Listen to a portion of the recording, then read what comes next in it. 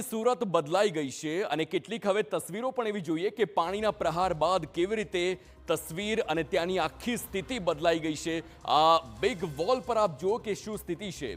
સૌથી પહેલા આ દ્રશ્યોને સૌથી પહેલા જુઓ। આ દ્રશ્યોમાં ચીન નેપાળ બોર્ડર આ વિસ્તારમાંથી સતત કન્ટિન્યુઅસ જોવા મળી રહી છે। આ બોર્ડરને ધ્યાનથી જુઓ કારણ કે આ જ બોર્ડર પાછળથી આપણને કેવી રીતે બદલાય છે તે જોવા મળે છે। અહીં ચીન નેપાળની બોર્ડર આવી છે, સાથે જ ઇમિગ્રેશનની એક ઇમારત છે જે અહીં સ્પષ્ટ જોવા મળે છે, ક્લિયરલી જોવા મળે છે અને અહીં એક બ્રિજ છે તે પણ સીધો જ અહીં જોવા મળે છે। આ પૂર પહેલાની તસવીર છે અને ત્યારબાદ પૂર આવ્યું ત્યારબાદ આખી આ તસવીર કેવી રીતે બદલાઈ તે જુઓ। બોર્ડર ગાયબ થઈ ગઈ છે। આ ચીન નેપાળની બોર્ડર નથી દેખાતી, સંપૂર્ણ સફાયું છે।